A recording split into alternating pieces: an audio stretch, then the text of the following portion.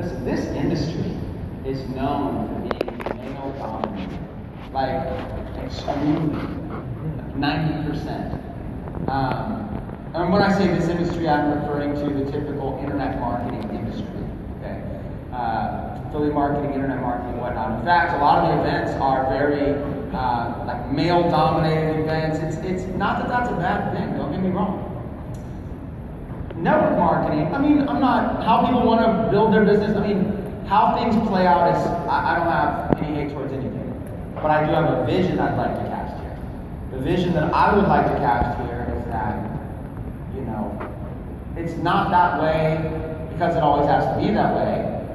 Anybody like us can come in and we can completely revolutionize any industry that we want if that's our vision. What I propose to you is that we revolutionize and change and disrupt the internet marketing industry and equalize it the way that, for example, the network marketing industry is done. In network marketing, which is a work-from-home industry, that is actually primarily female-dominated. It's still very even, but there's actually more women in the network marketing industry than men. So if that's a work-from-home opportunity, that's like a business opportunity where people are creating extra income from home, why is that not translated over to internet marketing as well? And I think some of it has been the overwhelmingness of the skills you need to learn, the technical stuff, but I think we can really change that. I have this vision that we can neutralize this.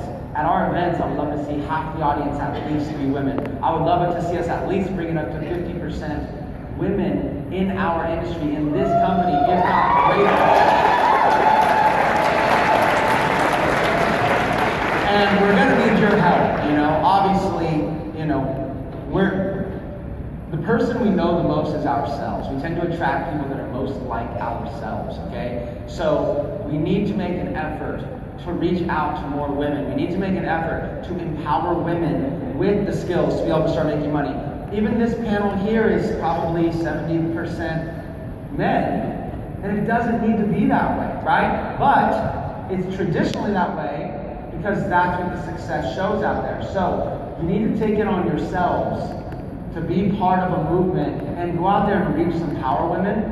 Let's start at the top. Reach some women that are influencers. Reach women that people look up to. Start to bring them on board and say, you know what? The internet marketing industry is dominated predominantly by men, but we can change that. This company has it all set up for us to come in there and make a name, and let's make a movement for women. And I'm not saying you need to only go out and recruit women. I'm just saying we can equalize this, and it will be something meaningful.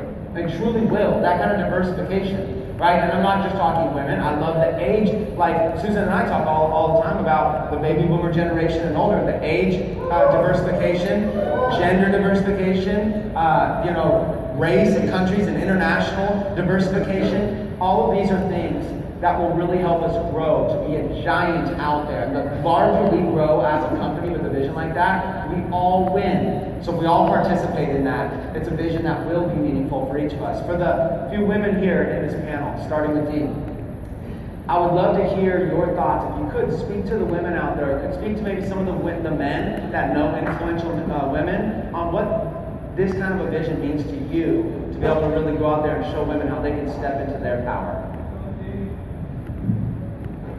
Will all the women stand? I'm a visual person.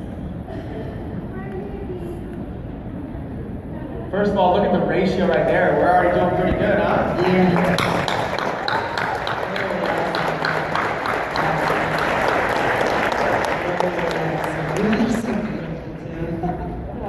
Thank you. Go ahead and have a seat. I just wanted to let the men know that we're still here.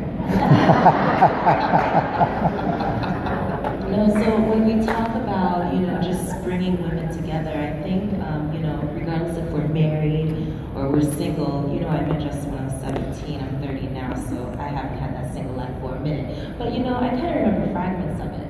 And the one thing that I remember as a woman, regardless of what was going on in my life that I always wanted, I wanted to be able to look inside of myself and feel that I could do whatever it is that I wanted to do. Now, mind you, I'm married, so of course when I go to buy the Lamborghini, I have to, you know, talk to you about it, you know. But the point is, you know, if my mother called me and said, hey, my AC broke, I could just be like, hey, I got it like that. You know, I you know, stubbed my toe and I need to get a Band-Aid, instead of always going like this. I'm just speaking from my own experience, and you guys can just stop me right now if you don't experience this as a woman, but I didn't want to always go like this. I wanted to be able to just, you know, be able to do it and feel that I could.